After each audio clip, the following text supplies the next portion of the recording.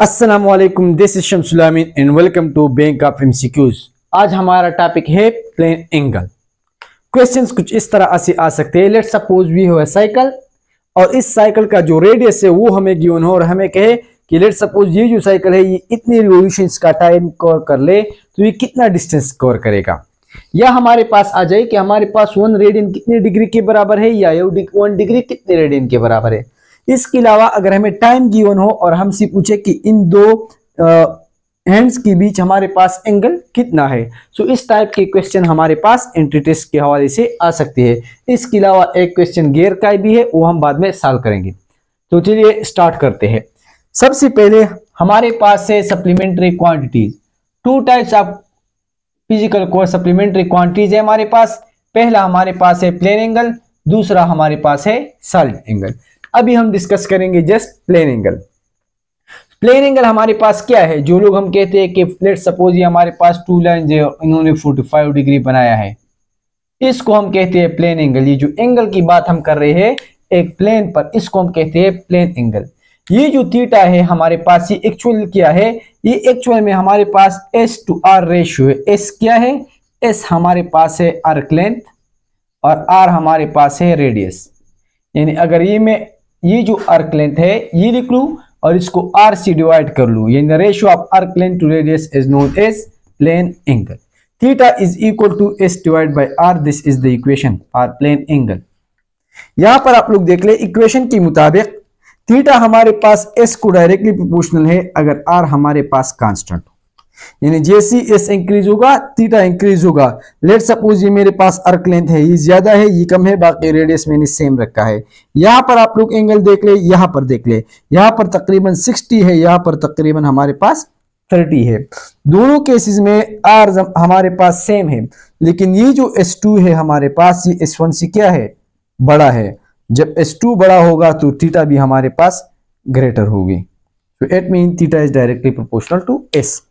दूसरा हमारे पास है कि theta is inversely proportional to R अगर S मेरे पास कांस्टेंट हो, यानी जैसे R इंक्रीज होगा थीटा हमारे पास डिक्रीज होगा, ये डिक्रीज होगा ये इंक्रीज होगा, एक डिक्रीज दूसरा इंक्रीज।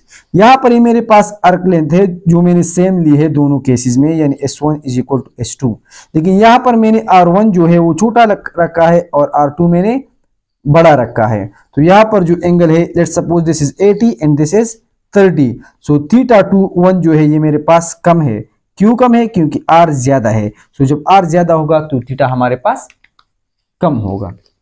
नेक्स्ट अगर हम यूनिट की बात कर ले तो हमारे पास डिफरेंट यूनिट से रिवॉल्यूशन, यानी अगर यहां से एक ऑब्जेक्ट मोशन स्टार्ट कर ले और ये एक साइकिल कंप्लीट कर ले तो इसको हम कहते हैं 1 रिवॉल्यूशन, इसको हम साइकिल भी बोलते हैं।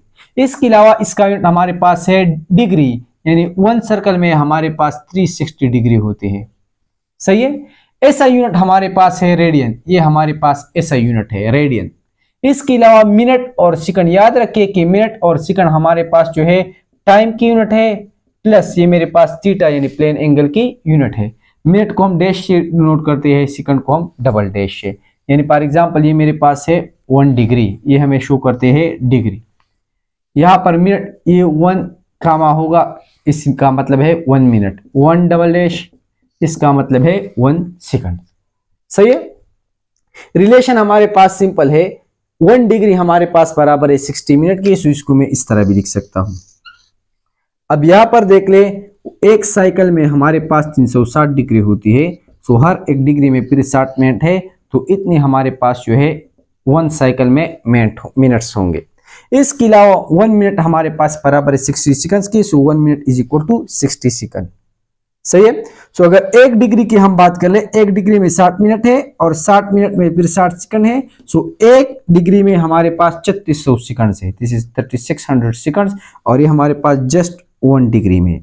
अगर एक सर्कल की बात कर लूं तो इसमें 360 डिग्री होती है, 2 पाई रेडियन, 360 बाई 60 मिनट और 360 multiply by 60 multiply by 60 seconds होते हैं। यहां पर 2 पाई रेडियन किस तरह आया है, यहां पर अगर हमें एक सर्कल की बात कर ले तो ये जो आर्क लेंथ है, अगर यहां से हम स्टार्ट कर ले और दोबारा यहां तक आ जाए तो ये जो S है this is equal to circumference. Circumference का फार्मूला हमारे पास है 2 पाई R। यहां पर अगर हम 2 पाई R लिख ले और इसको फार्मूले के R से डिवाइड कर ले तो इट मीन 2 पाई सो एक सर्कल में हमारे पास 2 पाई रेडियंस है।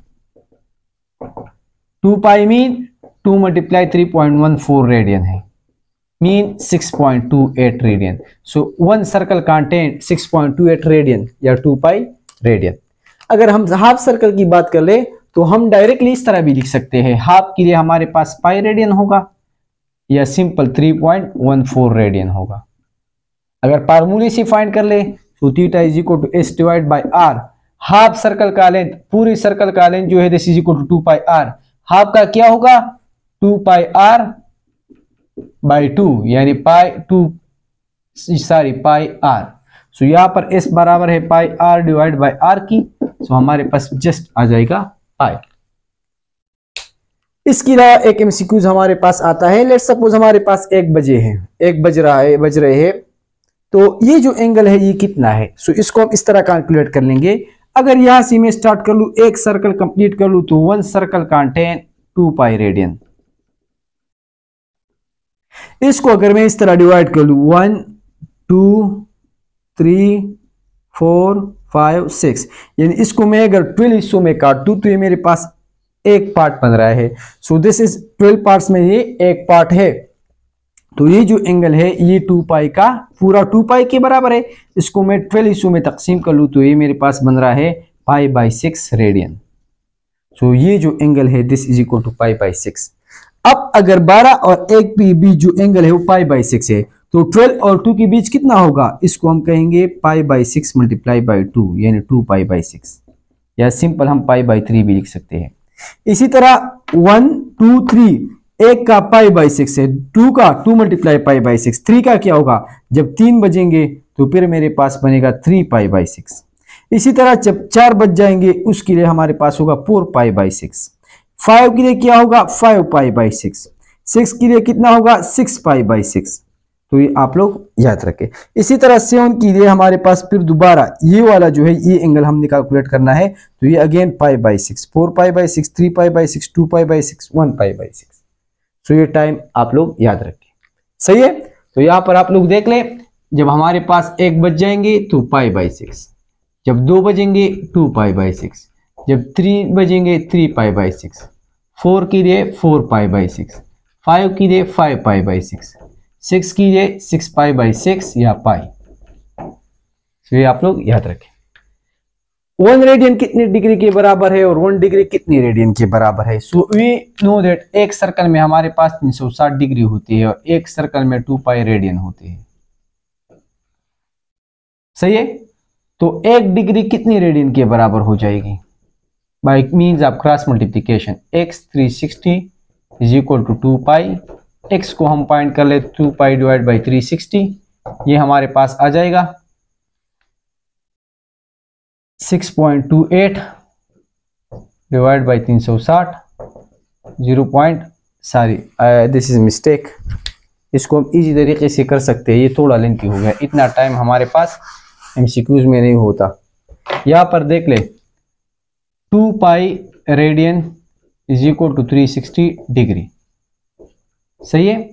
यहाँ से अगर हम लोग जो है रेडियन फाइंड करेंगे, यहाँ पर मुझे 1 चाहिए सो 2 पाई को मैं उस साइड पर ले जाऊंगा। 1 radian is equal to 360 divide by 2 pi या सिंपल 360 डिवाइड बाई 2 मल्टीप्लाई 3.14 6.28 तो मेरे पास आ जाएगा 57.3। सही है। नेक्स्ट 1 रेडियन कितने डिग्री के बराबर है, तो सेम यहां से मुझे 1 चाहिए, 360 को मैं इधर लाऊंगा तो मेरे पास यहाँ पर 1 रह जाएगा। So 1 is equal 2 pi divide by 360 यानी 6.28 divide by 360 is equal to 0.0174। ये मेरे पास 1 degree is equal to this much radian.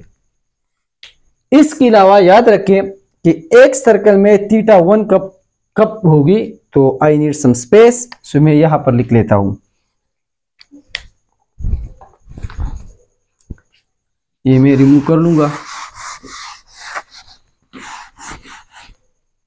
यहां पर आप लोग देख ले, let's suppose this is a circle.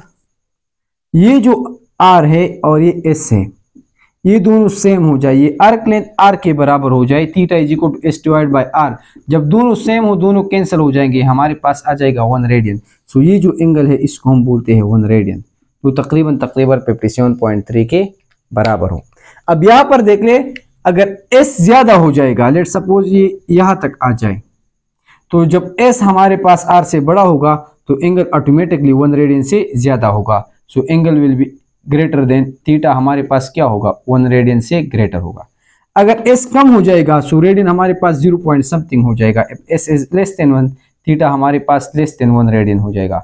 अब जब दोनों हमारे साथ बराबर होंगे तो हमारे पास थीटा क्या होगा, it will be equal to 1 radian. So ये आप लोग याद रखें। अब यहाँ पर आप लोग देख ले, finally find s if tyre of r makes this much relation. Late suppose ये हमारे पास एक साइकिल है और ये साइकिल वहां से स्टार्ट होकर यहाँ तक आ जाए, जैसा कि आप लोग देख सकते हैं, this is cycle is moving. अब इसी साइकिल की को आप लोग देख ले, ये जो मूवमेंट कर रही है, this is covering some angle. याद रखें कि जिस तरह साइकिल मूव होती है, ये जो डिस्टेंस कवर करती है, ये और ये आर्क लेंथ दोनों हमारे पास सेम होते हैं, दोनों हमारे पास सेम होते हैं। एक्चुअली टायर हमारे पास सर कांटेक्ट में होता है, सो जितना टायर मूव करता है उसका सरकमफ्रेंस मूव करता है, उतना हमारे पास डिस्टेंस कवर करता है। सो इसके ये फार्मूला वैलिड है, theta is equal to S divide by R, S is equal to theta R. हमें जस्ट चाहिए radius of a tyre. Let suppose this is 0.5 metre, so we will take 0.5 metre. अगर हमें याद रखें, अगर हमें revolution दे रहे, let suppose tyre is completing 2 revolution, यहाँ पर हम 2 नहीं लिखेंगे, यहाँ पर हम SI यूनिट्स लिखेंगे, यहाँ पर हम लिखेंगे पाई रेडियन में। सो 1 रिवोल्यूशन में हमारे पास है 2 पाई रेडियन, 2 रिवोल्यूशन में हमारे पास आ जाएंगे 4 pi radian. So let suppose it is completing 2 revolution, यहाँ पर मैं लिखूंगा 4 पाई। सो 4 पाई मीन 4 पाई मल्टीप्लाई 0.5, सो ये इससे कैंसिल हो जाएगा, हमारे पास आ जाएगा 2 पाई, 2 पाई या 6.28 मीटर। एक और क्वेश्चन भी है हमारे पास।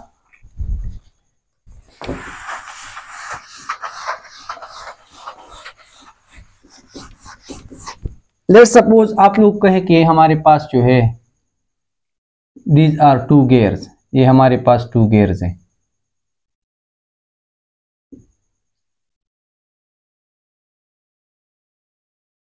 This is 2 gears. लार्जर की डायमीटर 0.8 है, छोटे की डायमीटर 0.2 है। अगर ये जो है एक रिवोल्यूशन कंप्लीट कर ले तो ये कितना रिवोल्यूशन कंप्लीट करेगा?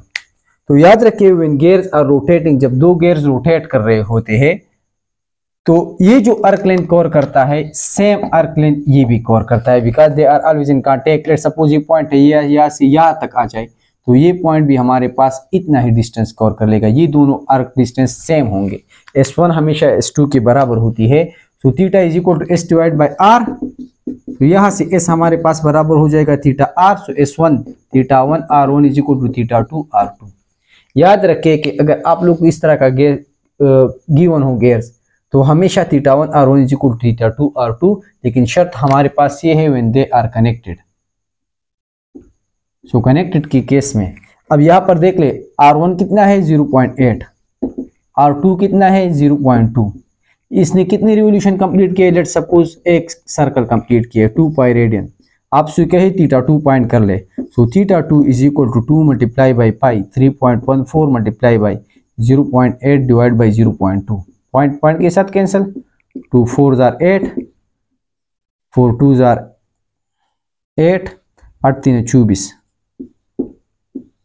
24.8 रेडियन तकरीबन इसने कवर की है। सही है। याद रखिए, अगर इस तरह क्वेश्चन आ जाए, एक गियर ये है, एक ये है, एक ये है, एक ये है, इसकी रेडियस की वन हो सारों की, ये इतना एंगल कवर कर ले तो ये कितना एंगल कवर करेगा? तो same theta 1 R1 is equal to theta 4 R4। Same formula आप लोग इसके लिए यूज कर सकते हैं। सो ये हमारे पास था प्लेन एंगल। नेक्स्ट टॉपिक में हम लोग कवर करेंगे solid angle. Thank you for today.